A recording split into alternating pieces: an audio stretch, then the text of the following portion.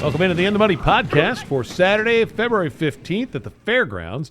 Big card with a lot of stakes races. We're going to take a look at the late pick 4, which includes 4 graded stakes. I'm Tom Leach along with Jim Goodman back from the NHC in Las Vegas.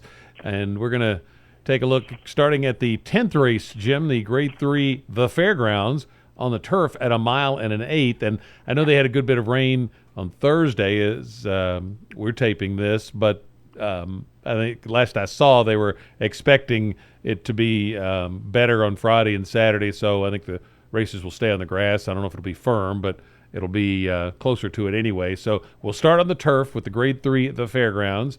And who do you like? They've had a tough winter down there with Fairgrounds. Of course, when your turf course is below sea level, I guess it doesn't drain very well. So kind of hard to maintain a turf course down there. I like Synchrony in here. I started to single the horse, but I came up with a single later on in the sequence. Synchrony's 4 for 5 at Fairgrounds, won this race last year, has really been very consistent. Only threw in a clunker at Churchill in the Turf Classic, but got beat by Bricks and Mortar. That's no disgrace. And then since then, he's been very consistent. Only got beat by length and 3/4 and Woodbine Mile. Came back and the City of Hope Mile at Santa Anita and wasn't disgraced there. And he just loves Fairgrounds, so I'm going to take Synchrony for the win here. But I'm also going to use Wound Tight for Bob Hess and Kent DeSormo off that last win at Santa Anita in that Turf Classic, won by 3.5. And the horse is really going great guns right now, better than he's ever been. So Wound Tight is going to be used. Don't Blame Rock the 5 for Norm Cassie off that 98 buyer in the Bradley last time out to prep for this. And factor this for Brad Cox simply because it's Brad Cox, and he's still doing well in 2020 and got his horses going in the right direction. And he could take a step up from that Bradley race that he ran. And so I'm going to factor this. So I'm going to use 4 horses in the pick 4. Synchrony is my win pick. Yeah, I was on Synchrony too. He loves the Fairgrounds. And 3 wins at a mile and an eighth I thought was noteworthy. Don't Blame Rocket. I'm going to add on my pick 4 ticket for Norm Cassie. Horse that's really gotten good and was an impressive winner last time out. And I could add others. I'm going to end up I'm going to going deeper than this, than I'm going to go in this leg in other races. So I'm not going to go any deeper here, but I like factor this. I thought Sailing Solo had a little bit of a shot at a price. Captivating Moon was interesting also, but I'm just going to take the top 2 choices, Synchrony and Don't Blame Rocket, when we get to our pick 4 ticket. The Synchrony for the win. 11th race is the grade 2 Rachel Alexandra for 3-year-old fillies going a mile and a 16th. And you've got the champ, British Idiom, who won the grade 1 Darley Alcibiades at Keeneland, went on to win the Breeders' Cup Juvenile Fillies. She's making her first start of the year, and I think she's the likely winner at her best. I'm going to try to beat her and the other low-priced horse, Finite, with Tempers Rising, who was just beaten the neck by Finite last time and really showed some significant improvement for Dallas Stewart. And I like an improving 3-year-old and has a nice race over the track. And so I'm going to use all 3 of them, but I'm going to take Tempers Rising for the win pick in here and try to catch a little bit of a price, and then key her in exactas with British Idiom and Finite, and kind of stand with those 3. How about you in the Rachel? Well, what I took is obviously British Idiom is going to be the big favorite. Not sure she's cranked for this.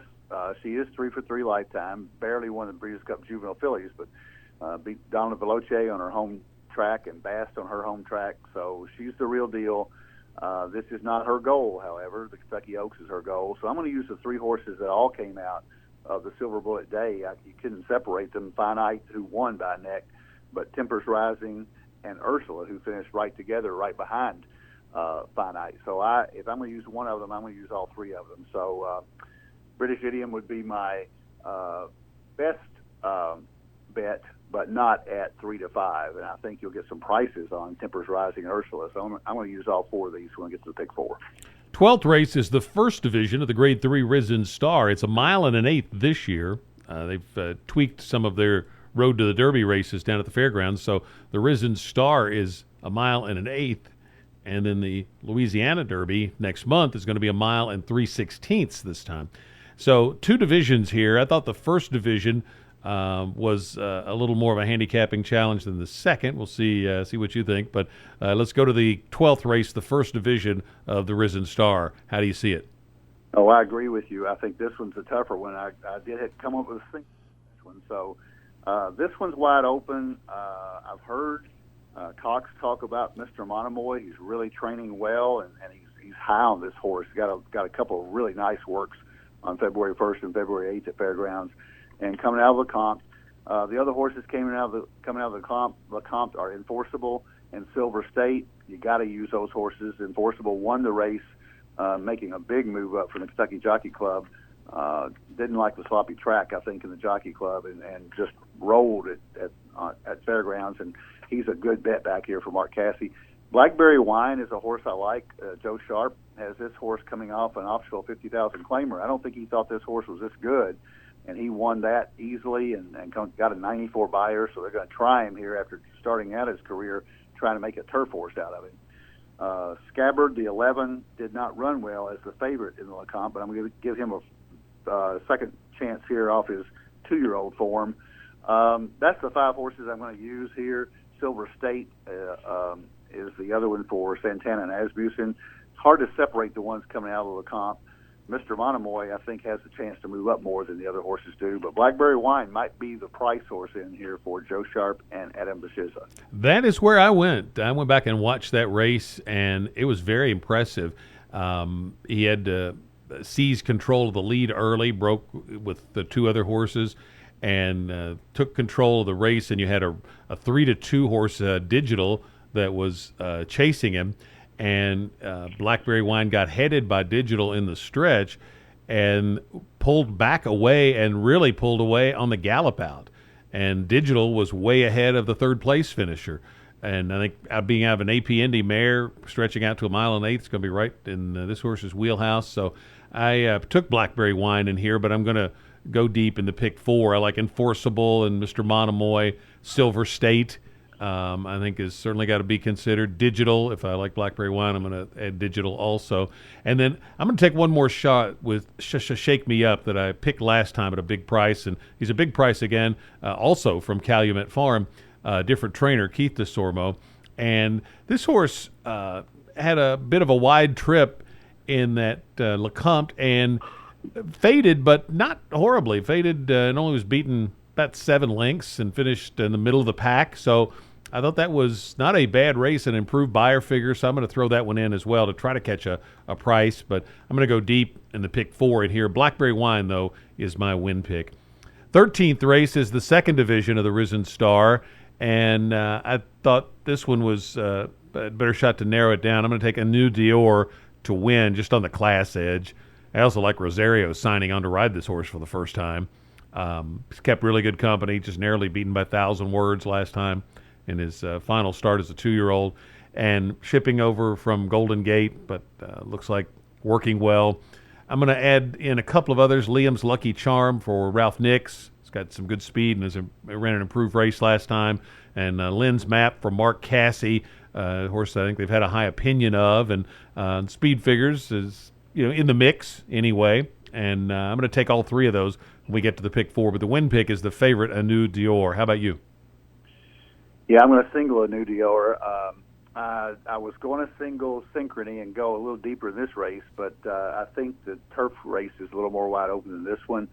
I just think that the race he ran in the Breeders' Cup Juvenile at 28-1 and just barely lost to Storm the Court.